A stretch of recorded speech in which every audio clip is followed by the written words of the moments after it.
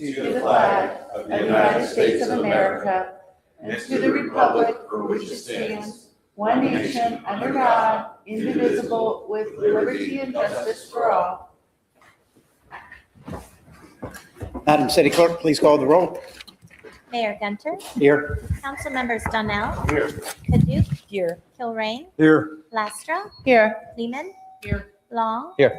Steinke, Here. all present. Thank you. Item 4 is business. 4A is discussion, first of which is which is Special Population Center presentation. I'll turn this over to the city manager.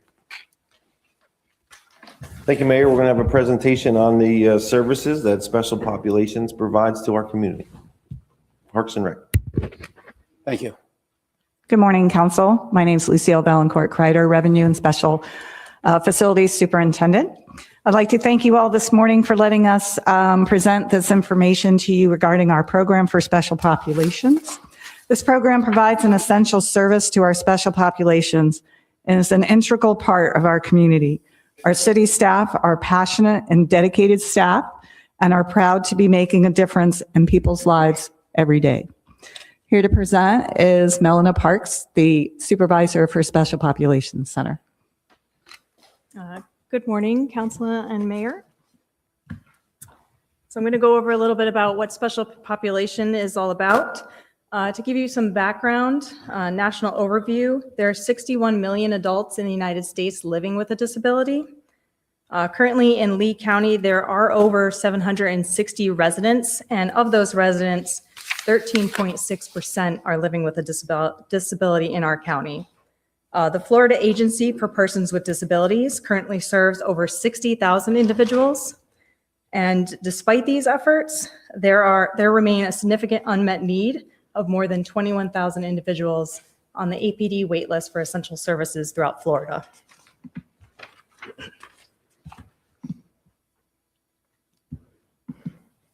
So special populations is not required by federal law, state statute, or local code, but it's something unique that Cape Coral provides for our citizens.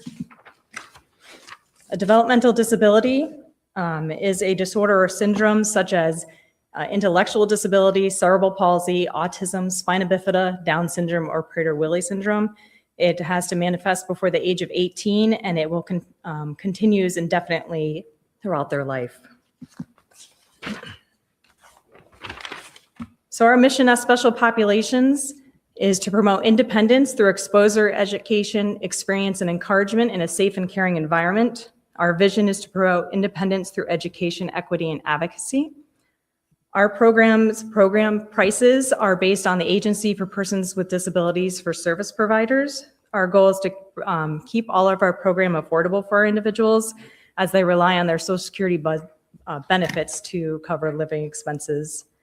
Our primary objective is to offer services that allow individuals with intellectual disabilities to be active members of their community, develop skills that promote independence, and build meaningful relationships with their peers. Our program runs Monday through Friday, offering 6 hours of structured person-centered programming each day. Our goal is to build independence, confidence, and everyday living skills that directly enhance the quality of life for our adults. This program provides meaningful daily engagement. It creates opportunities for social connection, personal growth, and increased self-sufficiency. Our services are funded through the Agency for Persons with Disabilities. Billing is completed monthly and requires comprehensive state-mandated documentation to be submitted each month and quarterly to ensure compliance and continued eligibility. To maintain a safe and enriching and skilled-focused learning environment, our program adheres to APD staffing ratios, which you can see on the slides above. In front of you, you can see our city operating budget. We have 12 full-time staff, 7 part-time staff, and 22 part-time participant staff. The participant staff are individuals that attend our program, and they work as city contract employees. They either work downstairs at Pop's Cafe or they work in our recycling program. Some of our capital projects that we've had done in the past couple years, we've had a new roof put on, new flooring, pickup truck, HVAC, bathroom renovations, a 24-passenger bus with 2 wheelchair positions, and a generator whole building hookup. We worked on making the outdoor fitness park at Lake Kennedy Park accessible, and these are the funding sources that we utilized to do that. The city staff utilizes the Guardian Angels nonprofit status to assist us in applying for grants. The next slide is our art program. It's a very robust program that we have at Special Populations, and hanging at the Westin in Cape Coral in the lobby, all of their art, except for 2 pieces, are done by Special Populations. If you go down to Pop's Cafe, you can also see some of our art hanging on the wall down there as well. I'm going to give you a brief overview of Guardian Angels. It began in April 17th, 1996, A group of parents, guardians, and friends of the Special Populations Program came together and created an all-volunteer nonprofit 501c3. Their mission statement is to conduct annual fundraising to financially support special populations beyond the city's budget, to provide volunteers for the center, and to increase community awareness about the needs of individuals with intellectual disabilities. Over the past 2 years, Guardian Angels Donations has donated funds for renovations, including a covered walkway, a bus in 2024, and updated electrical for the center. They also give money annually for scholarships for the individuals to attend programming supplies, our lunch program, and reimbursing the city for the food program and special events that we have. They host 2 annual fundraisers, the first one being the golf tournament in November, and then the fashion show, which happens in March every year, which will be this weekend, Saturday. Thank you. Do you have any questions? Sorry. Thank you very much. Any questions regarding the presentation? Councilmember Laster? Thank you. No questions, but I just wanted to say thank you for everything that you do. The tour that I took 2 weeks ago was incredible. How's my friend Raymond? Tell him I said hello. I'm sadly, I won't be able to attend your event this year because I'll be in Washington, D.C. with our youth council, but I wish you so much success. Thank you, Mayor. Okay. And again, I'd like to reiterate what Councilmember Laster, we know you provide an incredible service to the community. We just want to thank you for everything you do. Thank you very much. Thank you. Okay, let's move on to the next item on the agenda is Business Resilience Grant Update. And I'll turn this over to staff. Thank you. Thank you, Mayor. This is a follow-up presentation on a previous authorization to explore adding a new grant program within the existing grant funds to bring resilience to some of our businesses in Cape Coral. This is done by Emergency Management. Good morning, Mayor and Council. Ryan Lamb, Emergency Management Resilience Director. As the city manager mentioned, this is a follow-up from the December meeting that we got some direction on to investigate this program. So kind of going back to the roots of what we're looking to do, we're looking to make our city tougher, specifically our business community. One of the things we're continuing to see and hear is about how emergency management is being pushed from a federal level to a state and local level, and that ultimately a lot of these responsibilities are going to come here. And as we know, disasters begin and end at the local level. So with a hurricane, typically we're looking at threats from rain, significant rainfall, significant winds, surge that comes in with these, tornadoes, power outages, and then we also see an uptick in fires before, during, and after these storms. There's a lot of preparation and recovery acts lead to those fires. So what we see here is impacts to structures due to the high winds, the flooding damage or water intrusion from rain or surge, fire damage, and then also loss of products and productivity due to power outage or damage sustained to the structures during those incidences. So how do we recover quicker? How do we become tougher as a community? One of the things that we're looking at is the Business Resilience Grant Program and what this would potentially do to help strengthen our business community. So we've partnered with an engineering firm based on the direction received at the December COW, and we've also partnered with some local businesses. Those were the Chamber of Commerce, a food service business, a hardware store, and a local nonprofit. We'll go over the details of those here in a minute. The goal was to develop resilience options. And so we would look at all of those specific threats that we mentioned, wind, flooding, fire, and power. How do we look at the different options for each of those businesses and those specific structures, and how do we strengthen them and make them tougher? We also received some direction. The council desired to hear some things what the resilience stance was from LCEC. So we've got them here today as well. They're going to provide a brief presentation at the conclusion of our presentation to talk about what resilience options LCEC is working on as well. It's important that we remember for us, the stance that we take as a city is that it's about community lifelines. Certainly, as the government, we take a lead role, but we also need to work with all of these other partners because while we're part of the community, we don't represent every facet of it. We need to rely on our partners in the healthcare field, energy, communications to make all of the systems function in the city that are vital to helping our community perform. So talking specifically about businesses, immediately after a major disaster, 40% of small businesses won't reopen. After 1 year, 25% of those businesses will close. And after 3 years after a major disaster, if they don't have a business continuity plan, they'll fail as well. And these are statistics by ready.gov. So what does that mean? Obviously, if we lose businesses, especially small businesses, the backbone of our community, we lose a lot of local jobs. We reduce the services that are in goods that are able to be provided to our community. Certainly, if we can keep open a restaurant or a food service after a disaster, it limits how long emergency management the city needs to keep open a point of distribution.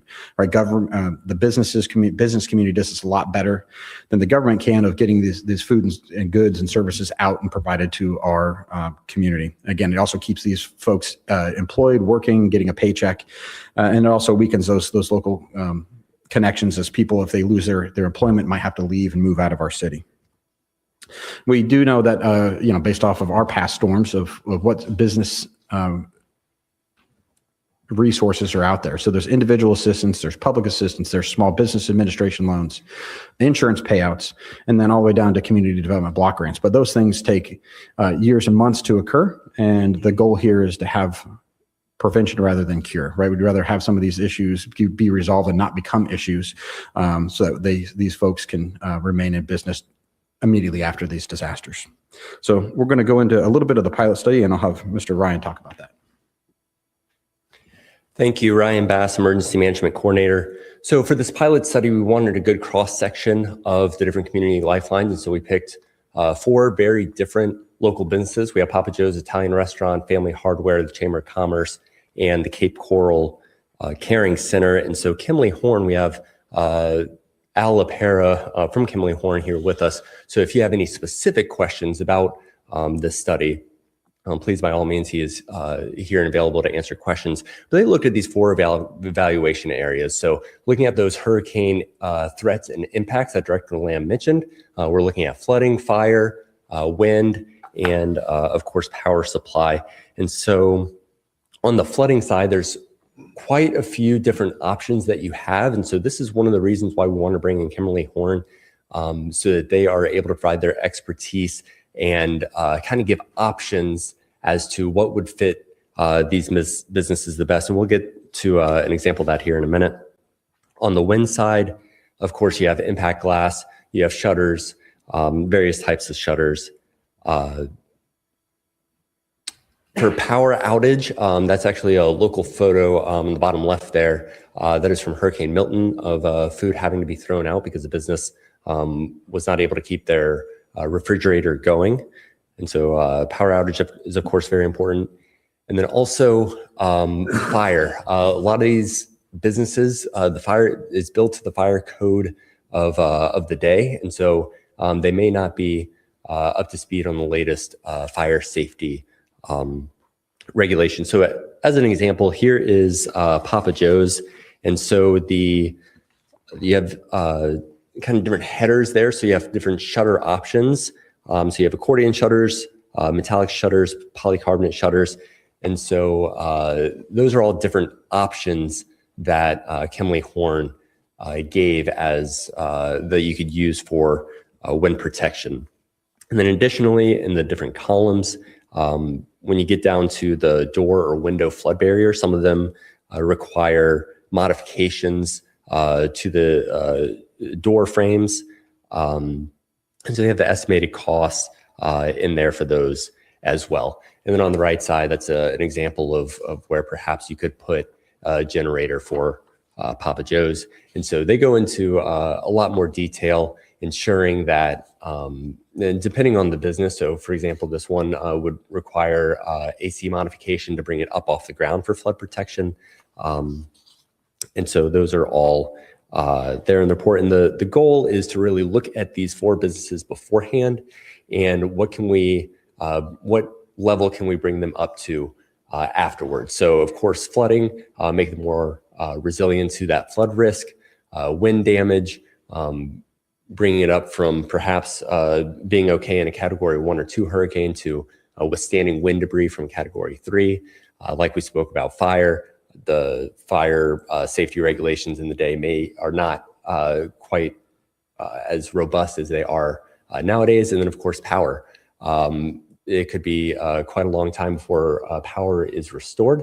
And so for that business to be able to function, ensuring that there is backup power. So those are the areas and the businesses that Kimley Horn looked at.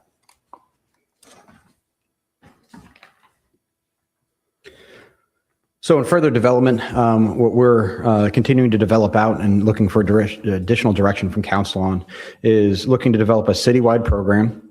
What we heard last time was a 50-50 cost share between the local business and the city or other ways that we might be able to get some additional grant funds. We're good? Other things that we have to do, the business would have to complete all areas. They couldn't cherry pick out just the generator, for instance. They'd have to comply with all those areas. There would be performance requirements. We'll go over what those would be here in a minute. And then there'd be some type of rubric to help in the selection of what the businesses are, making sure that they tie back to our community lifelines, that they'd have a large impact, and that we'd focus on small businesses.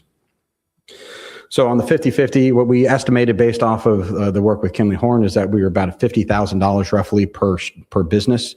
And so if 25,000 of that was on the local business, and then, looking at the city or talking with Mike G. Lombardo, our state representative, or our lobbyist to look at where are other options that we could get money to help seed and develop this program from a number of state or federal partners to help get funding to provide some of these benefits. Some of the performance requirements would be they'd be required to develop a comprehensive business disaster plan, including being a member of our Business Emergency Coordination Center through the chamber. They'd have to have available inventory, right? It doesn't make sense to get back open and not have supplies to feed or provide the construction materials from the hardware store. They'd have to have a plan to be staffed 72 hours after an incident.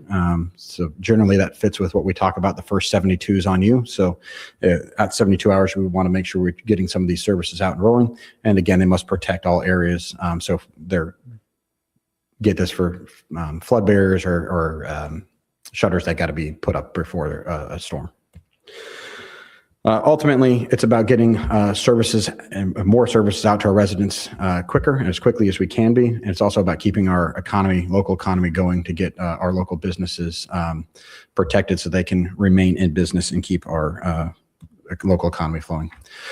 Again, we're talking about prevention versus cure. A couple of options. All 4 of the businesses we looked at were in the CRA. That's just by the oldest buildings and densest group of businesses, but could go citywide. So CRA funding would be potentially an option. All hazard funding it would also be an applicable use, and then of course general fund is always an option as well. And again, we're looking to also explore getting grant options, but that might take a little bit of time to get state or federal partners on board. So that's what I've got. We'll stand by for questions. Again, I do have that presentation from LCEC directly after us. We'll stand by and looking for direction. Okay, thank you. I'll open it up to the council for any discussion. Councilmember Kilrain. Yeah, thank you for the presentation, and I think you went in pretty thorough. Basically, the availability of grant funding, and both at the state and the federal level, Did Mike Gianlombardo have any specific study he was willing to speak about, or is it just he'd go looking and see what he could come up with? We had a meeting with Representative G. Lombardo when we were in Tallahassee for talking about other things, and this came up. We're not aware, talking with Dane Eagle from our lobbying firm, we're not aware of any program like this across the state. And so it's one that we would look to try to work on development, which is going to take a little bit longer. A lot of times these grant programs like to improve existing programs rather than seed to initiate these programs. Have you discussed this with any businesses yet? The 4 businesses that were involved in the study. Just those 4? Yes, sir. And I know the Caring Center, they went ahead and outside of a grant, they went ahead and elected to make these changes on their own just because they saw the value in it. So they're already in process of implementing these evaluations. And the generator location process, were you looking at permanent facilities or, just have some kind of flex generators around with some kind of storage capability inherent with them? Or what are your thoughts there? Yeah, so I think for the city, that's one of the things that we're looking at for city facilities is being able to trailer mount and move these generators out and take them out of potentially flood-prone areas and then be able to bring them back. For businesses, that's a little tougher because they're paying for half of it. It's going to be their generator. That might be one of the things we could look at instead of doing a fixed mount generator, have it portable with a transfer switch, but that would be something that we could potentially incorporate if that be the desire. Just along that line, our gas distribution system is Del Prado, and then it's up, or we're down Pine Island a little bit, right? Yes, sir. And any other major locations in the city? How does that loop run, Mike? It's Del Prado, Cape Coral Parkway, Chiquita, and Pine Island Road. Okay, so you might consider some gas power generation, on a flexibility movement standpoint, at some prime locations along that, because it's likely that natural gas will be available before other things. So, yes, sir. A place like Papa Joe's, I believe, already runs on natural gas, so it would be, an easy conversion. I think that's what we listed in their plan was a natural gas generator. and they're probably convertible too. The generators are probably very easily convertible. So, okay. Yes, sir. Thank you, Mayor. Councilmember Stankey. Thank you, Mayor. Ryan, if you, I don't have numbers on the pages, but there was an area where it's estimated per project cost was $45,000 to $50,000, and there you go. On the local business side, obviously that's their funds. On the other side, and speaking with Representative G. Lombardo, is the Florida Economic Development Council and the Resiliency Florida, are those similar to the sectors that are helping homeowners with hardening their homes? Are those 2 organizations ones that are focused more on business, or are those, I would guess that the economic development would only be business side, but Resiliency Florida, is that also where the home hardening is coming from? A lot of that's coming through something like Lee Cares or Elevate Florida.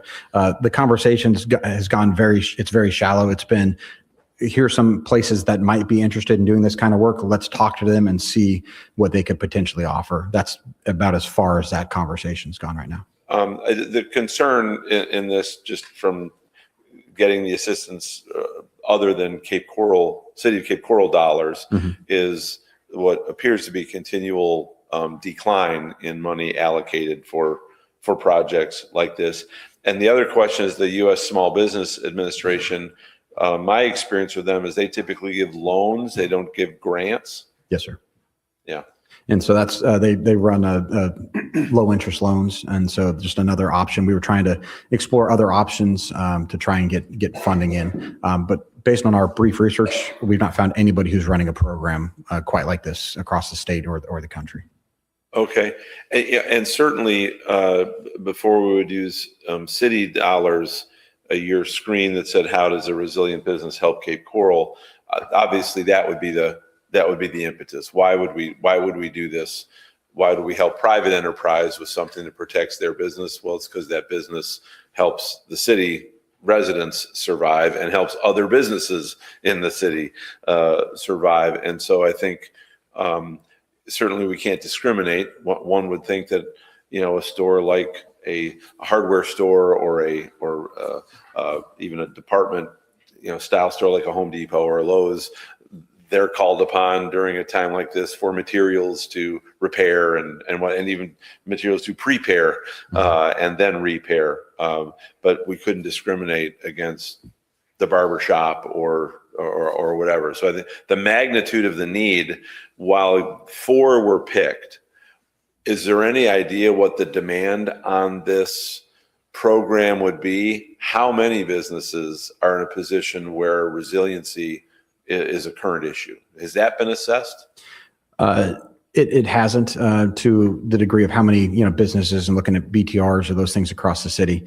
Part of the selection criteria would be looking at that tie back to the community lifeline. So again, no offense to the barber shop or the nail salon, but that's not an emergent need. But something like a pharmacy would be something we'd want to get back online very quickly. And to your point, some of these large corporations, Publix is a great example. They've got backup generators at all of their locations, and their biggest concern talking with them is getting a plan to get staffing back. And so they work on drawing people from other areas that can come in and help operate that store. A lot of our small businesses don't have that plan, don't have the staffing depth. And so helping them develop that so that they can remain in business and provide those services, to your point, is what we're trying to achieve. Okay, great. Thank you. And just to add to that, we've also reached out and talked with some of our local gas providers, because I know that was one of our other major issues was there's gas in the ground. How do we get it pumped out? So there was a change in statute a few years back that stores have to have gas stations have to have a generator connection. Obviously, we've got a lot of stores that were built prior to that requirement. And then a lot of the major 7-Elevens, for example, is one that we talked to. They have a cache of generators, and then they deploy them into the site after a disaster. Thank you. Yeah, I guess for me, you know, if there's a grant program that we can partner with the state in some capacity, I could see a program like this being beneficial. As far as using general fund dollars, I'm not interested personally in doing that. And I think we have to be very cautious on what types of businesses. And I'll give you an example. You know, if we try to help Publix, you know, Publix has food, Publix has a pharmacy. They're the type of businesses I think we necessarily want to try to get open sooner rather than later. As far as a pizza shop or an Italian restaurant or whatever that case may be, even though that may be a luxury that we are all used to having, I don't list that as a need. But I think our grocery stores, our gas stations, things that we need to be able to survive. You know, we all experienced Hurricane Ian. I know I was out without power for about 2 weeks myself. We want to try to get those supermarkets, those gas stations back open. That way, if we do have a generator at the house where we don't have power, at least we can go buy fuel. So those are the type of essential businesses that I kind of classify that we would try to help. Necessarily just to get a fast food restaurant or something like that open, I don't see that as a priority for myself. So I think that if we want to go down this rabbit hole, we have to make sure that we characterize of what the need is and not the want. Number one, Home Depot, you could, or Lowe's, you could kind of see that as a possible need, because if you got busted out windows in your house, you need to get plywood, that sort of thing. So I think we have to really look at how we're applying the policy. But more importantly, we have to make sure that we have a funding mechanism in place that we can utilize, because we can come up with the best plan in the world, but if we don't have a funding mechanism, it really doesn't matter. So for me, I think we have to explore, is there a funding mechanism available to us that we want to utilize? And number two, really focus on the types of businesses, what is needed as a community to get open, more so than just a want. And I think that would be important as well. So that's where I'm at on that position. Any other comments? Seeing none? So just looking for direction from council, do we want us to continue to pursue this and look for those grant opportunities that don't exist right now, but try to lobby to get those created? Would you like us to look at the use of CRA funds, Al Hazard funds, or abandon the project? Is kind of looking for a direction of where we kind of came to this point and kind of looking to see, do we stop or do you want us to pursue a certain direction moving forward? Any CDBG or DR funding, is there any of that available for this? I don't think so, but I No, sir. figured I'd ask the question. Yeah, not at this point. One of the options could be to, allocate, if we're estimating about 25,000 per business, maybe to do one or two with utilizing all hazard funds or CRA funds, just to kind of show proof of concept. And then that gives somebody at the state or federal level, kind of that proof. We can just go try and pursue the creation of these grant opportunities into the future. We're kind of at a point now, we kind of make a right or make a left and look for that direction if possible from council. All right, I guess I'll start out. For me, if there's some state or federal grants available that we can utilize, I have no problem with that. But I think we have to identify exactly what the need of the community is. And for me, some of the businesses that I mentioned, that would help the community get back on its feet after a storm. As far as restaurants, as much as, we may enjoy going to those particular restaurants, to me, like Publix and those sorts of businesses is where the need is. So for me, it's if there's state and federal funding available is where I would, I could support. Councilmember Steinke. Thank you. I agree. I think that in the plan, it should be for essential services businesses only. And in most everything else we do, unless we've identified that there will be money in the budget for it, we don't do a whole lot of work with it.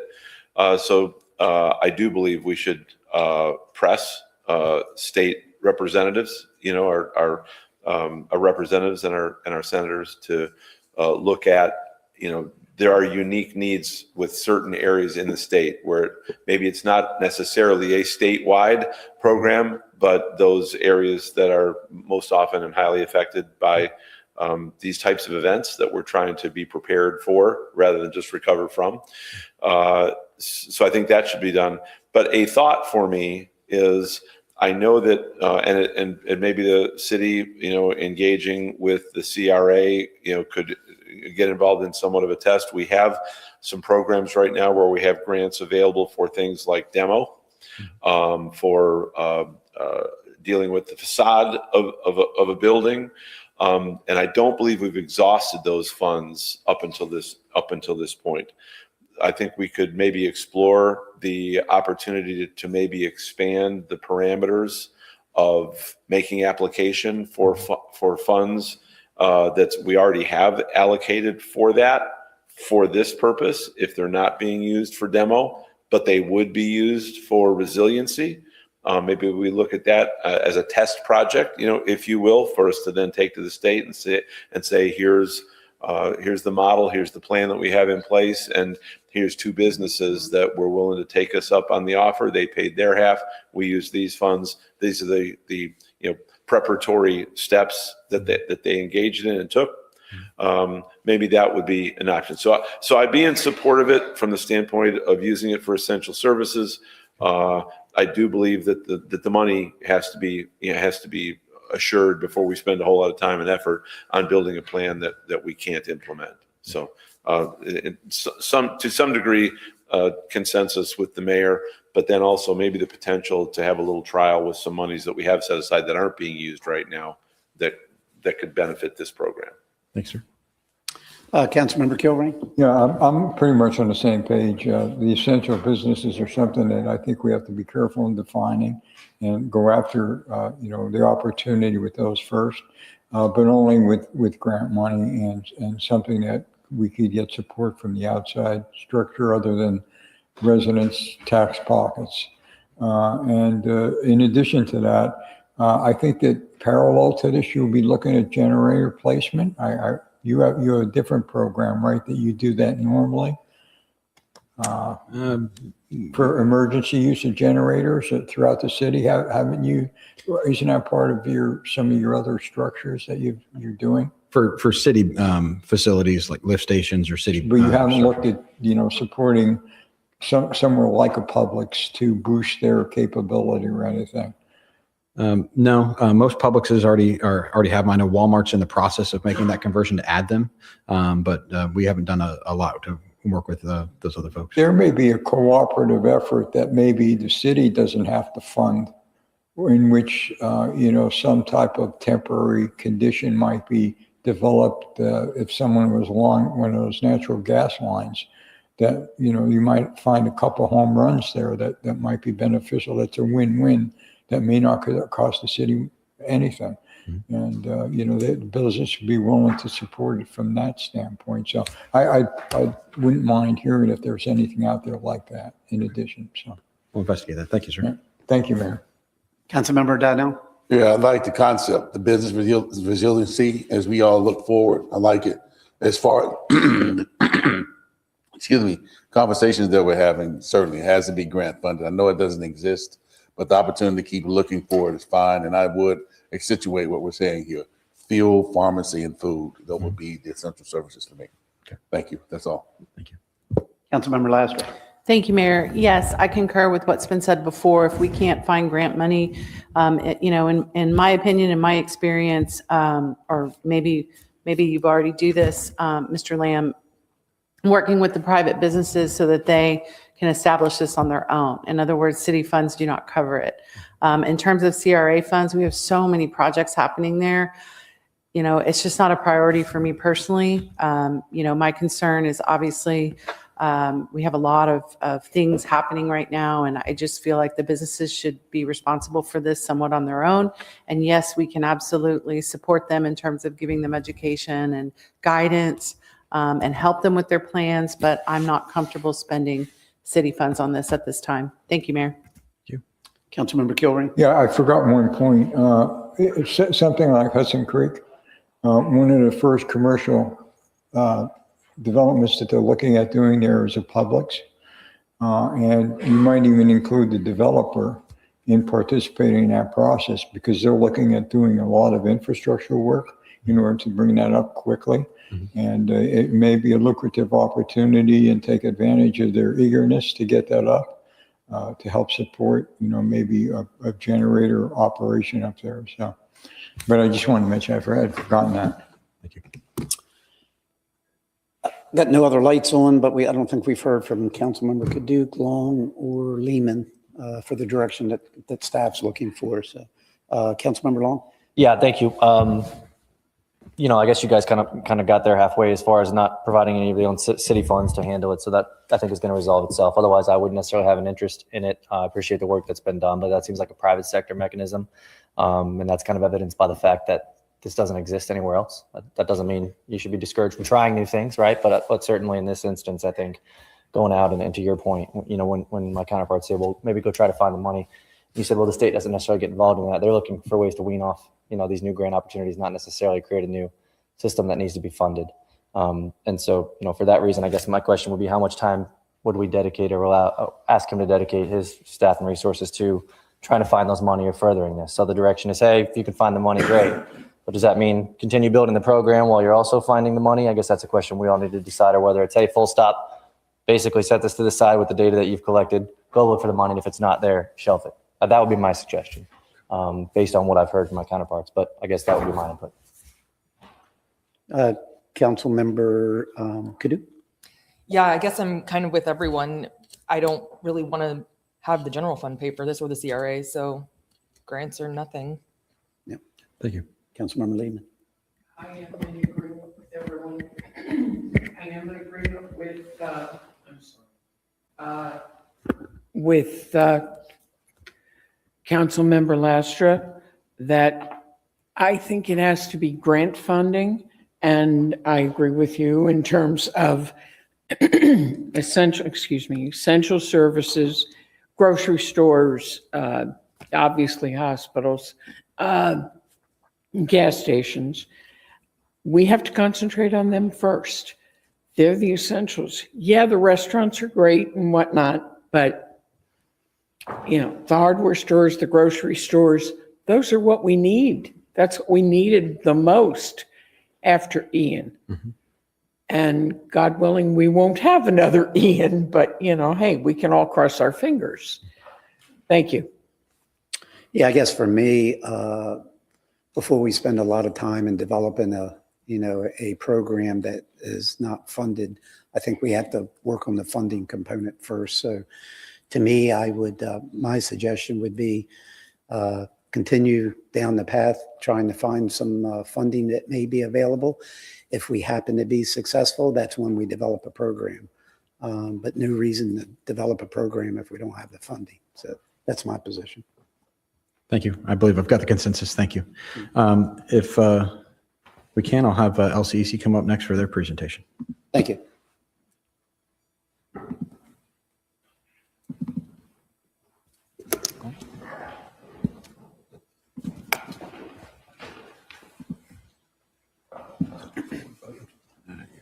Okay, we're going to speak. Thank you. Good morning, Mr. Mayor and council. Thanks for having us this morning. My name is Alan Ruth. I am the Director of Business Continuity with LCEC. We're here this morning to talk about some projects we have on the system that are directly related to the city of Cape Coral, the resiliency, and then the restoration process after a major event we have. So if we're looking at projects we have in 2026, these are geared up. Some of these are multi-year projects. It's not like if they're showing up here that they're going to happen this year. There may be ones that are in the design process. Some of them may be in the planning, procurement with materials, and then some of them are also in the execution phases. So look at it from the transmission. So we got to have transmission before we get to the substation, and then distribution. So that's the way that they're laid out. Transmission, if we look at Kismet is the substation that we have is located in the North RO plant up on Kismet Road. And it is currently fed from Corbett Substation over to the east, which is at 24th and Kismet Road. So we're also looking at another substation that we're building in the Northwest Cape. We're calling that Yucatan. And what we want to be able to do is be able to get a feed that goes from North Trail. North Trail substation is up on US 41. We'll be able to bring that down the Zimbel grade corridor, bring it south around Burnt Store, and then connect it. And then that'll give us a loop feed that's in the north side of the system. And these projects are not only for reliability, they're also for capacity. Much like the city, I know you're going through water expansion, sewer, and the things that you need to do in the North Cape. We're the same way. We got so much growth that's up in those corridors that we're adding substations to be able to deal with the growth that we have now and the future growth that will exist in the area. Also in line with that, we've also got projects. They're going to go from Burnt Store substation down to Aqualinda. Burnt Store substation is actually located right on Pine Island Road. Aqualinda is located on Cape Coral Parkway, west of Chiquita. There's a corridor that's in there. There's an existing transmission line. We're going to upgrade the conductor on it so it'll give us more ampacity and capacity down there to be able to serve those areas as well. And it also gives us loop redundancy to be able to pick up things in the event that we have an outage at a different line section. Substation, as I'd mentioned, Yucatan, that's a new one. We're in the process. We're probably going to break ground on that. We're going to do grade and fill. We've already bought a parcel of land that we're up there. And then in the West Cape, we're going to be adding a third bus. A third bus is basically another set of circuits that's going to be come out of that substation. Each bus typically feeds 4 circuits to come out. So we'll have eventually 12 circuits out of the West Cape substation. West Cape substation is located right across the street from the RO plant in Southwest Cape Coral. Distribution projects we have is that if you're going to have transmission, you're going to have substation, you got to have the distribution. Distribution lines are the ones that go down to the commercial and residential levels across the city. So we're adding additional capacity and circuits are going to be coming out of the Kismet substation. I think it was 2 years ago we finalized the Kismet substation project, and it has 4 circuits. We're adding another bus on it. So we'll put 8 circuits will be coming out of that. Same thing with Burnt Store. And then when you start getting down to the tap level, we got 17 taps across the system that we're going to be upgrading and adding protection on them. We're adding 2 distribution automated switches. Distribution automated switch, you hear a lot about smart grid. That is one of the components of smart grid. What that actually allows us to do is when a fault comes in on the system, whether it's a lightning strike or a bird or whatever the case may be, and we have an outage, we're able to see where that outage comes in and reroute that outage so that you can pick up maybe 1,500, 2,000 of our members and minimize the outage down to 500 customers or less. And then capital replacements that we have ongoing conductor change outs that we're going to do on 2 taps as well. And then we also have our targeted pole change out program. On an annual basis, we inspect 10% of our poles on our system. And the criteria we have is if they will last 10 years to get through the next cycle. Sometimes we'll do some repairs on them. We'll wrap them, treat them, whatever we need to do. The ones that will not make that 10-year cycle, they go into the pool of work that we need to do. We change out roughly between 2,500 and 3,000 poles on an annual basis. So what's driven the SAIDI improvement? So last year, we had the best year that we've had on record for SAIDI performance on our system. I think we were like 50-some minutes on a target against 70-some minutes. That is absolutely, without a doubt, the best performance that we've had. So a lot of that, some of the things that are driving it is the target vegetation management, our 3 phases on a 3-year cycle, our single phases on a 5-year cycle, our transmission lines are on a annual cycle. Then we also do targeted inspections on various circuits we have around the system. Device density and coordination, and basically the next 3 bullets, they kind of go together. It's the density of them. That's part of the smart grid we talked about with the distribution automated switches, the lightning hardening and the protections we have, the upgrades we've done across the system. And that allows for the faster switching to be able to restore before we actually even dispatch crews. And this has been an ongoing program that has been in the works for probably about the past 10, 15 years. And now we're getting down to where we're subdividing midpoints on circuits. So a lot of progress has been made with regards to that. So our standards, so every one of our poles, every underground, everything that we have that we put into the system, we have our internal spec books. These spec books were developed through RUS standards, through the NRECA years ago with co-ops, and then they've been improved with best practices across the industry. So whenever we design something, these are, boilerplate designs that we have that we can go out with the distribution system or, the transmission or even the substations that we have. It's just a matter of what is the distance between them, where's it going to go, and what is the footprint going to be, how many circuits are coming out. So we go back to that, we comply with the NESC standards, and then also whatever FERC and NERC applicable standards that we have to comply with, we comply with those as well. So I want to talk a little bit about some comparison between overhead and underground on the systems and the things that we basically have. So this is an overview of what our system is. We have about 2,800 miles of distribution lines on our system. 1,000 of those are 3-phase. Our underground is about 490 miles of 3-phase and about 236 miles of single phase. Transmission, we have 183 miles of overhead transmission lines, and we have about 3/4 of a mile, a little more than that, of underground. The underground is actually located in South Cape. So that goes from the South Cape substation that is located in the center part of the Southeast Cape, just north of Cape Coral Parkway off 47th, and it goes over to Del Prado. There's a section through the CRA district where we put an underground line in. That project was probably put in 10 or so years ago. So when we look at our system and we say, okay, let's look at wood versus concrete, and we'll say, okay, what are the pros and cons that we have with each of these? So wood is the industry standard across the country, whether it's a municipality, a cooperative, or an investor owned. The rate tariff is also based on wood construction.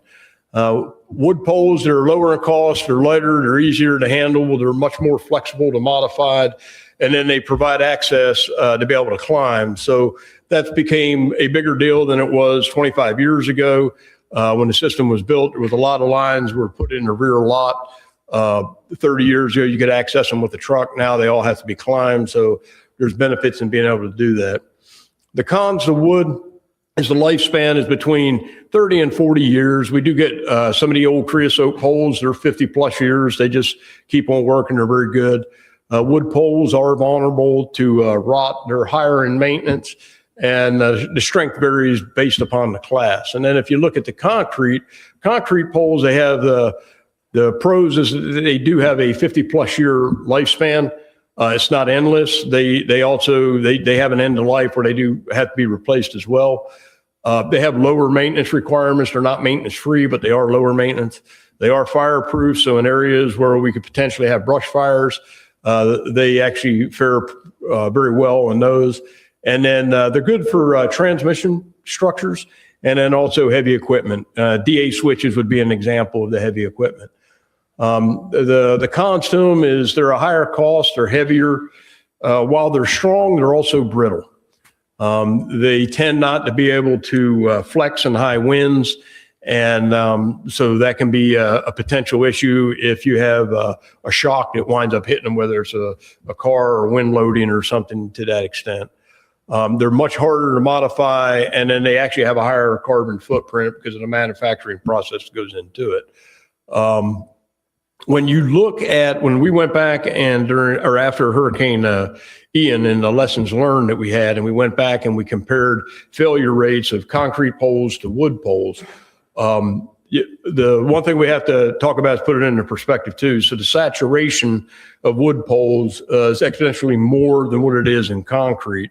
And then if you looked at the distribution across each of those groups, the failure rates of concrete poles was actually about 0.5% less than it was with wood poles.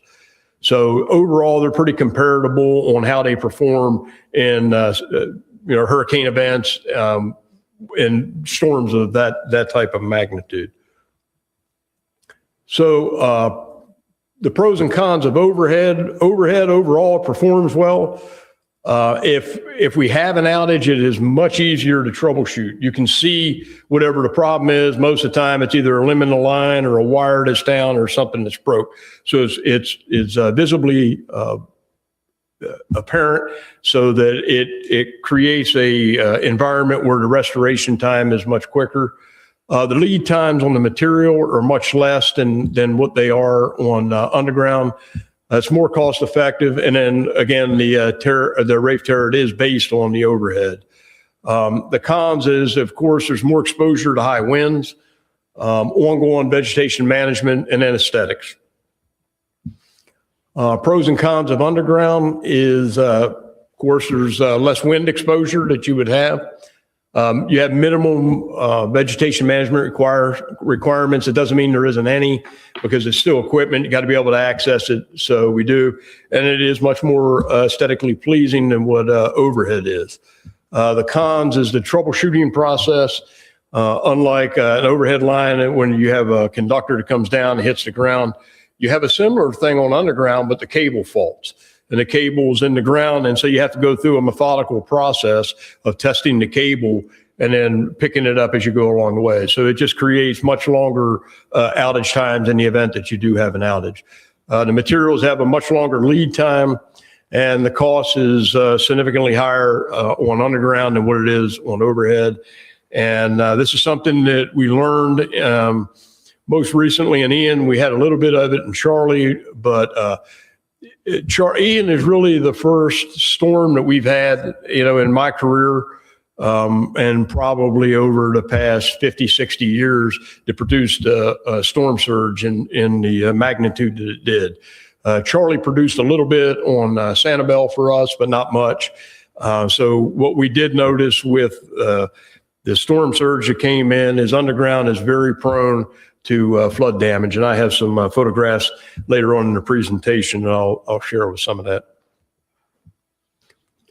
So the restoration process that we go through, so when a storm comes in and we have an event, LCEC does not generate our electricity. We purchase our bulk power from FP&L.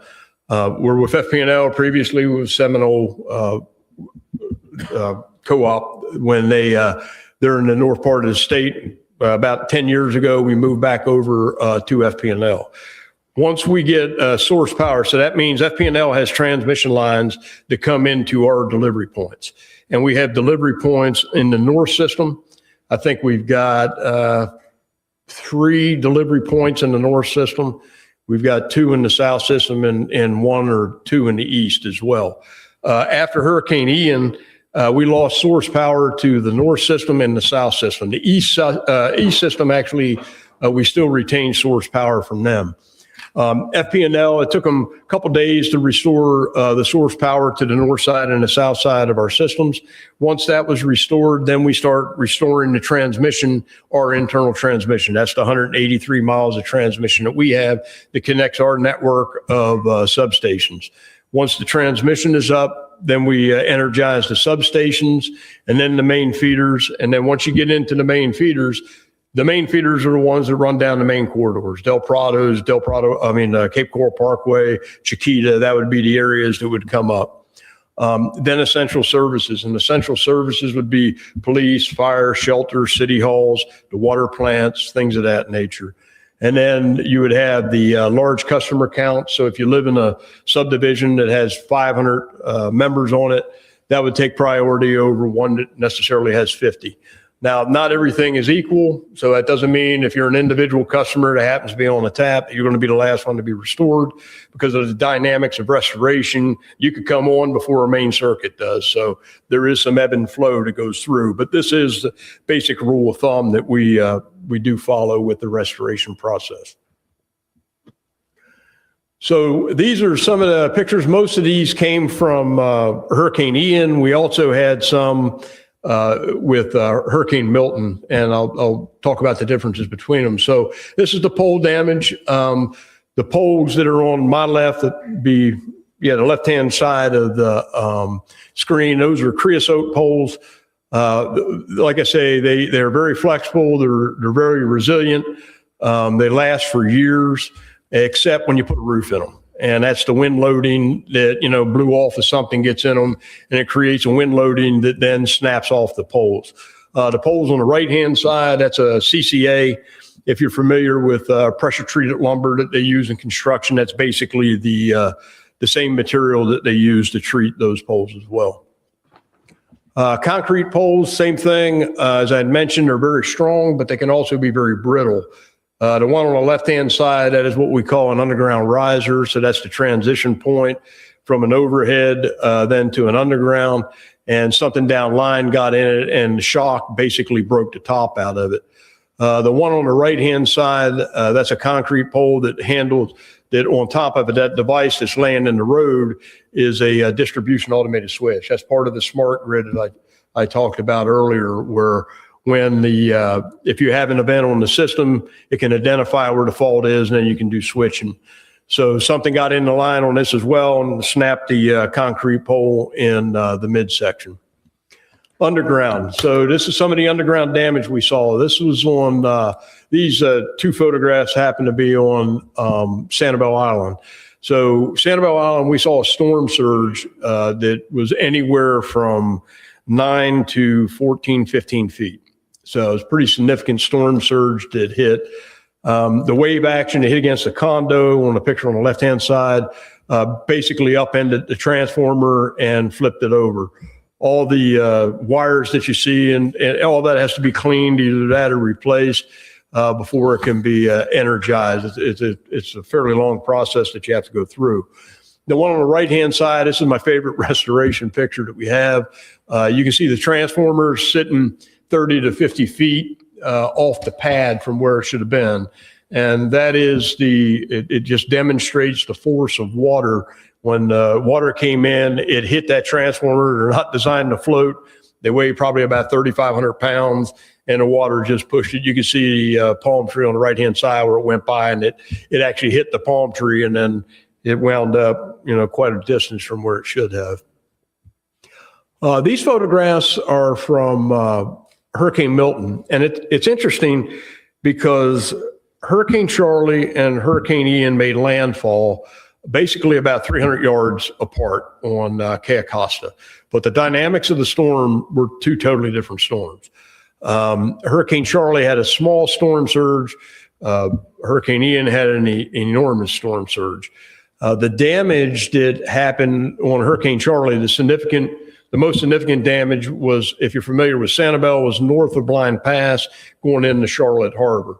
The damage for Hurricane Ian was significantly south of that location. It hit around the lighthouse into southeast Cape Coral and then down in Fort Myers Beach. And that was due to the size of the eye of the storm. And so it created different dynamics that happened between that and Milton. Milton made landfall about 45 miles north of us, and yet it produced a heavier storm surge to the north, but it moved a lot of sand. That we saw a little bit of that during Hurricane Ian around Blind Pass, but the picture on the right-hand side is going into South Seas Plantation. There was literally 3 or 4 feet of sand that was across. They had to clear that out before we can make access. And then on the left-hand side, this is on Upper Captiva, and you can see there's a meter and a meter can, and that usually is about head high, so that's about 5 feet off the ground. So it put about 4 feet of sand that was in there. And the interesting thing is that you would think with the water, when the water came in, it would push everything around. That's a golf cart. And the golf cart actually stayed underneath of the house, and somehow it deposited all the sand, and yet it didn't move anything around underneath of it. So, each storm is different in, how they impact the areas that they wind up making contact with. And then, as I mentioned earlier about the equipment, so photograph on the left-hand side, that's a underground pad mount transformer. These are stainless steel transformers that we use, but where the welds are at, you can see that they do have soft metals that are in them. They're starting to rust. Eventually, they'll probably lead to failure and have to be changed out. The blocks that are on the right-hand side of the transformer, that's the secondary connections. Those blocks are, pretty significant. They're, 3 inches in diameter and maybe a foot or so long. And if it was energized within 2 days, if it was de-energized within a few weeks, the corrosion actually set up on them, and they would crumble apart in your hands. All that has to be changed out before you're able to do restoration, or it has to be changed out shortly after because you're going to have voltage issues. Likewise, the box on the right-hand side, that is a pedestal where secondary connections came in, and you can see where the corrosion from the salt exposure of the storm surge actually ate away those connectors, and all those had to be changed out before restoration could be made, or they failed after restoration was done, and then we had to go back and be able to replace them in order to finalize it. And with that, that's the end of the presentation, unless there's any questions. Thank you. Councilmember Kilrain? Yeah, great presentation. I appreciate it, and very thorough. My focus is both internal within your system and also the relationship you have with FP&L to ensure that we have a reliable source coming in when we get into terrible weather conditions. Can you talk to that a little bit about the FPL relationship and what contractual requirements we have with them and what their potential reliability is? And I know that FPL is heavily natural gas development and a higher element of nuclear as compared to others, and a lot of solar in there too. So I'm discounting solar, which is a small part of theirs, probably 10 or 15%, but natural gas is probably 60% of their production capability. So can you just address that a little bit if you have a feel for that? Sure. So that is correct. I mean, they're baseload. They have baseload nuclear of like 5 to 8%, I think is what they have. They are very heavily hedged in natural gas, maybe 10% renewables that they have across the system. their reliability at the transmission level and, what we call source power to us has been very reliable over the years. If you look at what we call blue sky events versus hurricane events, I don't know that we have had a source power outage in the past 10 years. So, and we have over the history of the organization, periodically you will get source power outages, but we haven't had one since we went back with FPNL. As far as their delivery system, there's a feed that comes in from the north. There's 2 to come in on the north system from the east. So we have probably 3 transmission lines from FPNL that's coming in. Similar on the south side, we have got one that comes out of Buckingham, and then another one that comes over from the south that comes up. Do you have switch capacity between all 3, or if one goes down, you're locked out of that one? Well, yes, sir. They have the ability to be able to swap it around depending upon how the feed comes in. FPNL would control it on their end, and we would also control it on ours with our internal switching that we have. Okay, internal now. Basically, I was surprised at the narrow difference between resilience of the concrete versus the wood. And I presume that's because of the surge capability and just the loss of foundation, in the last storm, in the Ian storm. Is that correct?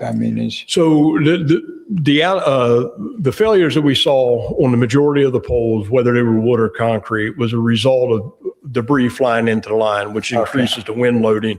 Whether it's building materials or vegetation or whatever it would be, is what creates those types of issues for us. The difference between the transmission, so we started doing hardening on our transmission system back in 2012. And, we're probably, I would say 80-90% complete on the replacement of wood poles to concrete poles. Now, of course, you're going to ask a logical question would be to ask, okay, if the failure rate is only 0.5%, what difference does it make? At the transmission level, the failure rate on transmission poles is much less, but you're talking about the difference in size, the girth of the poles. The poles, like I say, a transmission pole is 3 foot in diameter, and it's reinforced with steel and concrete, very thick.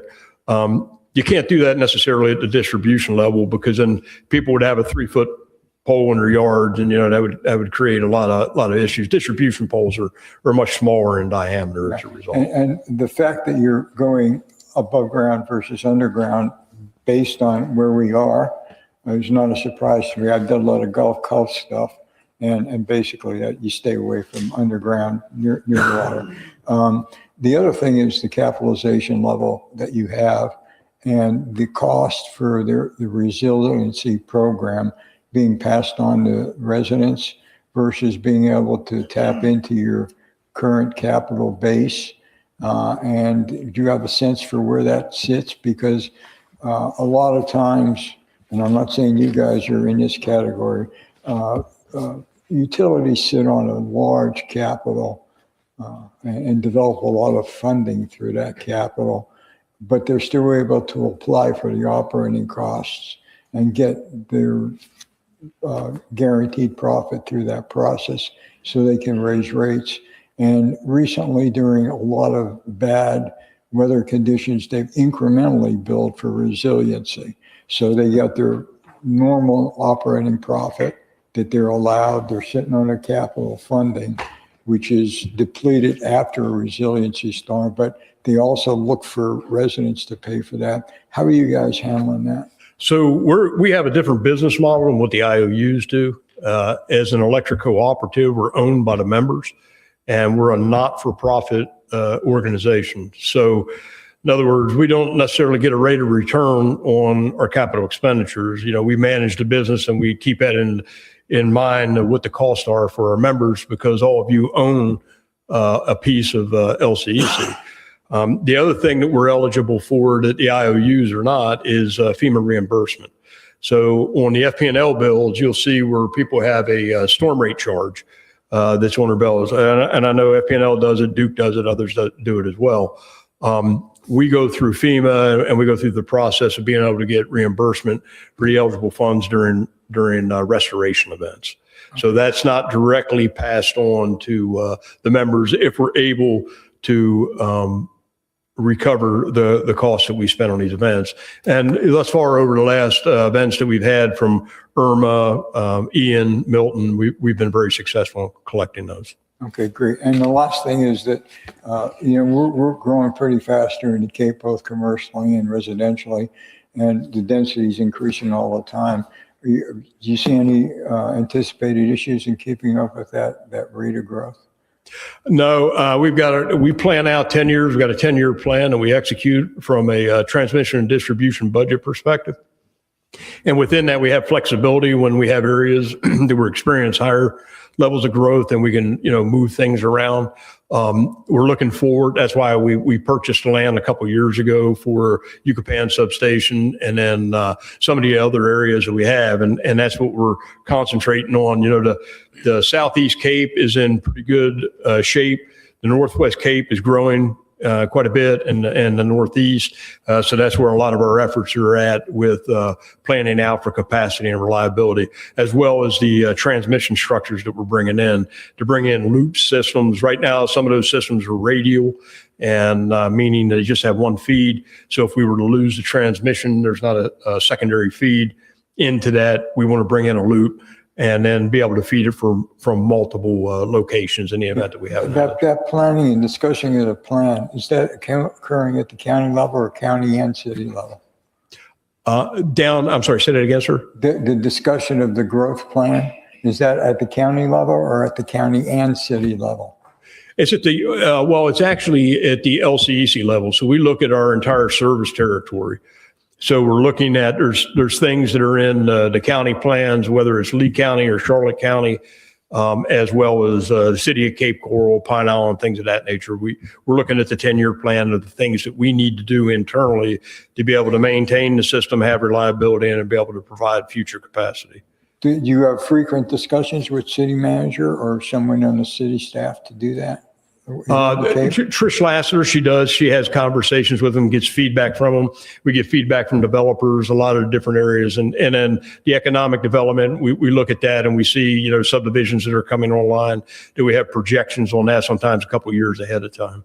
Okay. Thank you. Thank you, Mayor. Yes, sir. Councilmember Steinke. Thank you, Mayor.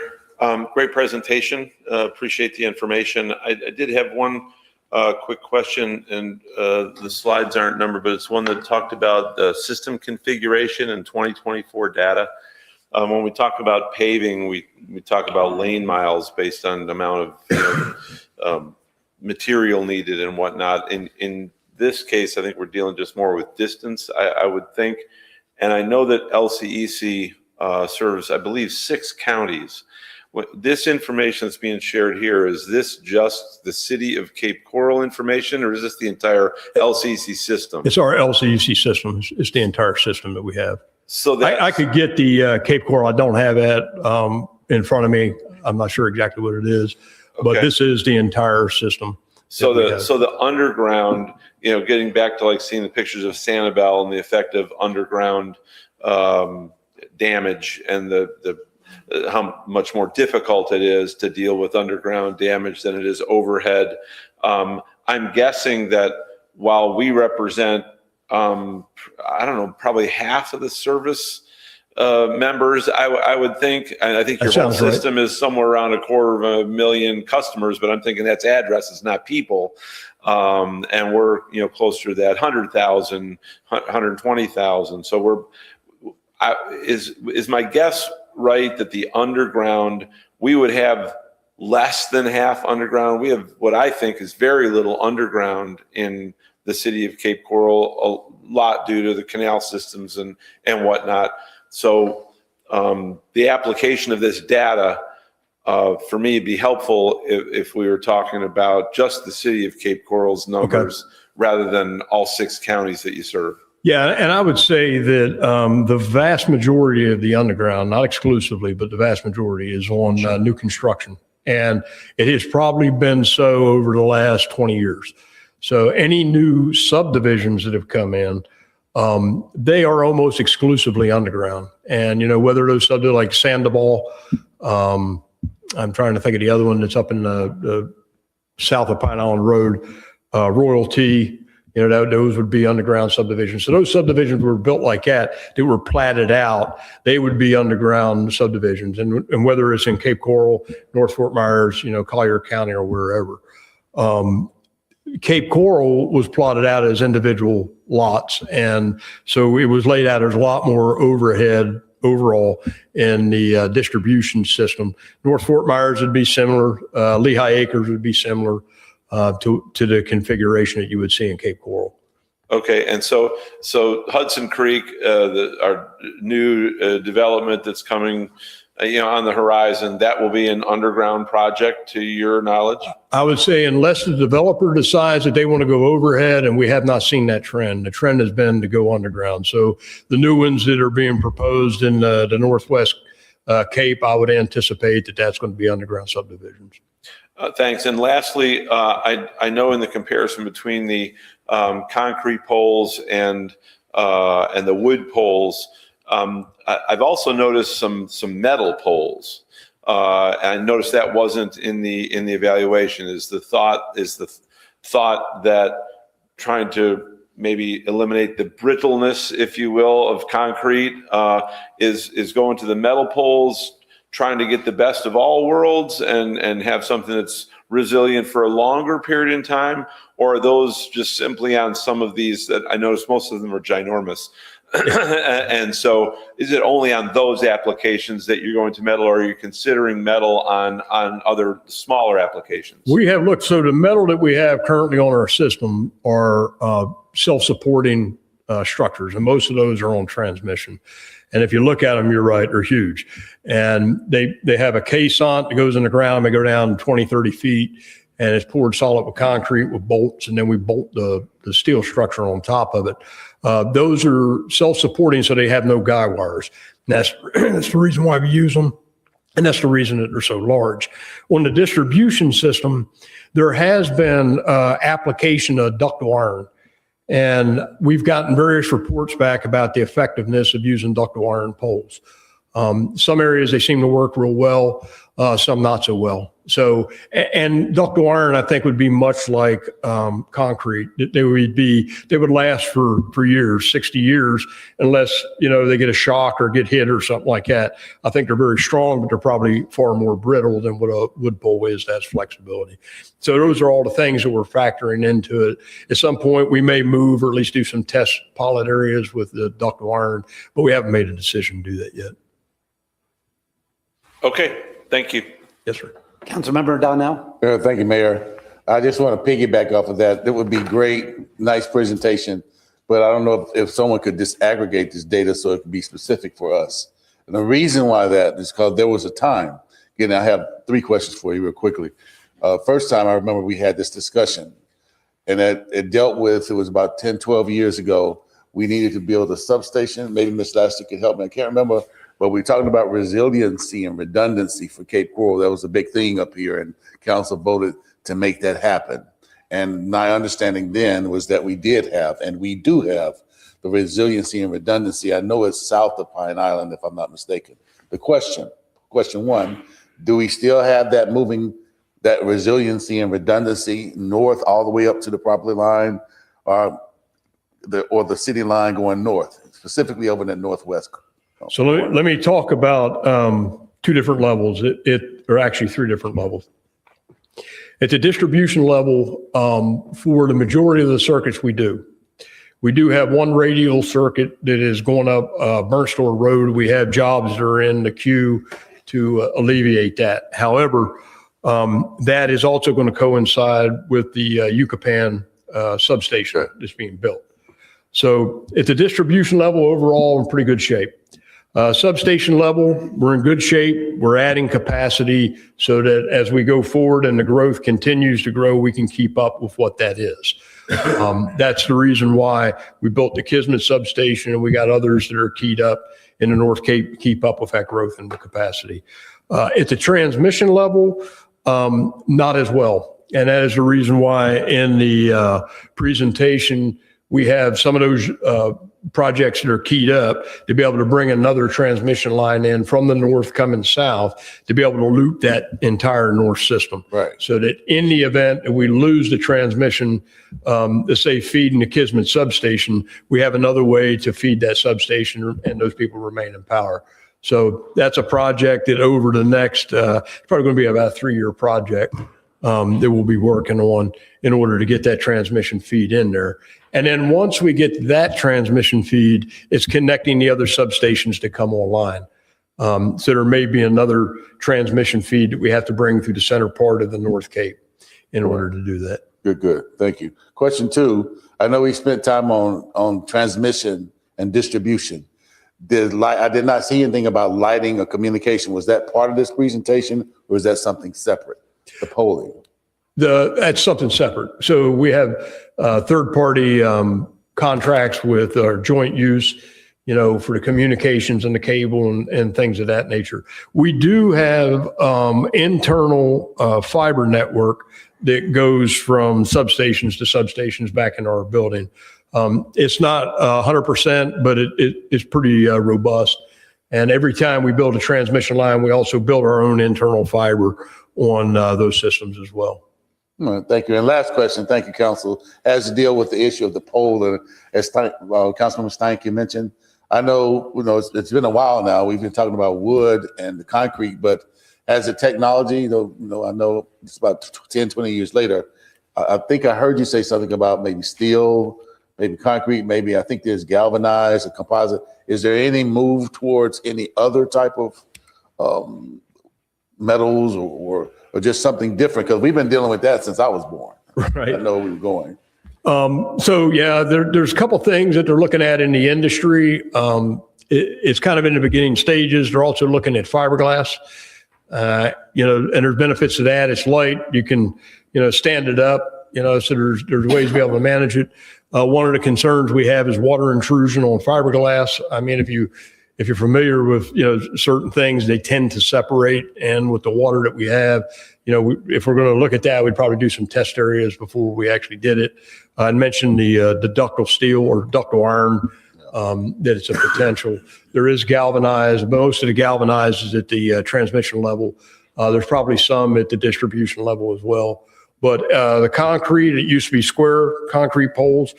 For wind loading, they're finding out now that round poles are better for the wind loading. We started incorporating some of those into our standards as well. And the next thing, everyone's listening. Could you just ask the question, say, well, look, when the students ask me, why don't we just put the big concrete poles so the woods would stop snapping, all right? How do I answer that for all the students that ask that question? Well, I think that it's the data that drives it. And the fact of the matter is that the concrete failed just at the same, almost identical same level as what the wood did under those extreme conditions, and they may have, I honestly believe that if the saturation of the system would have been more concrete, I think we would have had higher failure rates. The reality is that because the number of poles that we have are heavily weighted towards wood compared to concrete, when we looked at the failure rates and the percentage of them, their performance were very identical. Interesting. And probably would have been, a little bit worse if it had all been concrete. Understood. Thank you so much. Appreciate what you do. Thank you. That's all. Seeing no other lights on, we appreciate the information and the presentation, and we know you're an important stakeholder or partner here in the city. So thank you for everything you do and trying to be more resilient. Thank you. Thank you for your time this morning.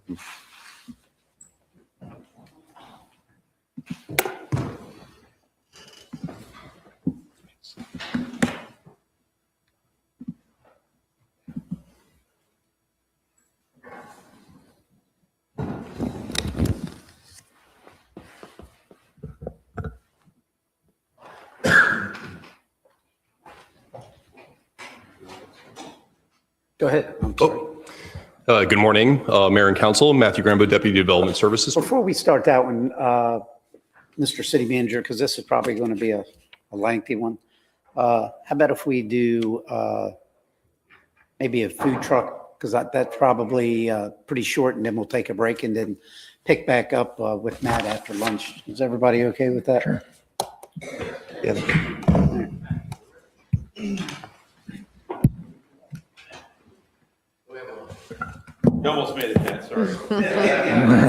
I'm not upset about it. All right. Good morning, Crystal Feast, Financial Services Director. And I'll just give you a brief update of the RFP for our food truck vendors at Yacht Club Community Park. So the city issued the RFP on February 3rd and promoted it utilizing the Parks and Recreation Department's food vendor email list, along with the plan holders that are registered in our electronic procurement system. The RFP closed on February 24th, and we received 2 responsive and complete proposals, one for a Gelato food truck and another from a lemonade vendor.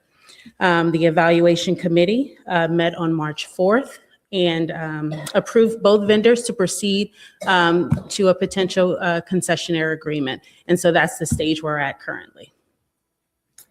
And that is what I can share with you today. Okay, any questions on that? Councilmember Steinke.